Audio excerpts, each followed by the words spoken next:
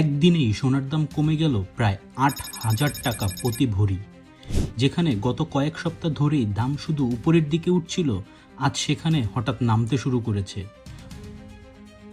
অনেকে বলছে এটা হয়তো একটা সতর্ক সংকেত, কেউ বলছে এখনই সোনায় ইনভেস্ট করার সময়। তাহলে আসলে কি ঘটেছে? কেন সোনার দাম কমলো? আর সামনে কি আবার দাম বাড়তে পারে? চলুন সহজ ভাষায় ব্যাপারটা পুরোটা বুঝে নিই। বাংলাদেশ জুয়েলার্স সমিতি বাজুস হঠাৎ ঘোষণা দিয়েছে সোনার দাম প্রতি ভরিতে ৮,৩৮৬ টাকা কমানো হচ্ছে। মানে ২২ ক্যারেট সোনার নতুন দাম এখন প্রায় ২,০৮,৯৯৫ টাকা প্রতি ভরি। এর আগে টানা ৮ বার দাম বেড়ে ইতিহাস গড়েছিল, তাই এই কমাটা অনেকের চোখে বড় ধাক্কা।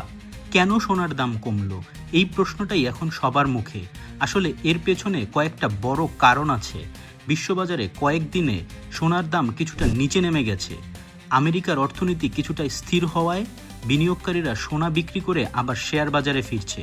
অনেকেই দাম বেশি দেখে সোনা বিক্রি শুরু করেছে, ফলে বাজারে সরবরাহ বেড়ে গেছে, আর তাতেই দাম নেমে গেছে। ডলার শক্তিশালী হলে সাধারণত সোনার দাম নিচে নামে, কারণ আন্তর্জাতিক লেনদেন ডলারে হয়।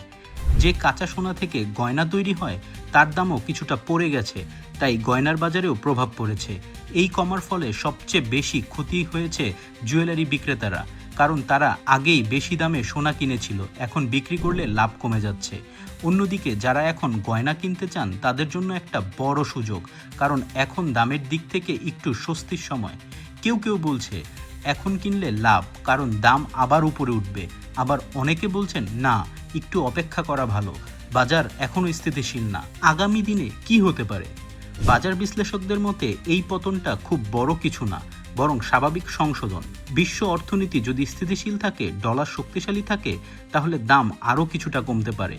কিন্তু যদি মুদ্রাস্ফীতি বা যুদ্ধ পরিস্থিতি বাড়ে, তাহলে আবার সোনার রেকর্ড দামে উঠে যেতে পারে। জেপি মর্গানের একটা রিপোর্ট বলছে ২০২৫ সালের শেষের দিকে সোনার দাম $৪,০০০ প্রতি আউন্স পর্যন্ত উঠতে পারে। মানে এখনকার পতন হয়তো সাময়িক, কিন্তু দীর্ঘমেয়াদে সোনার দাম আবার বাড়ার সম্ভাবনাই বেশি। সোনার বাজারে এখন ঠিক সিনেমার মতো উত্থান পতন চলছে। একদিন দাম বাড়ে রেকর্ড করে, পরদিন আবার পড়ে যায়। কিন্তু একটা জিনিস নিশ্চিত, সোনা এখনও নিরাপদ বিনিয়োগের প্রতীক। আপনার কি মনে হয়, এই দাম পতন কি সাময়িক, নাকি এটাই শুরু বড় পরিবর্তনের?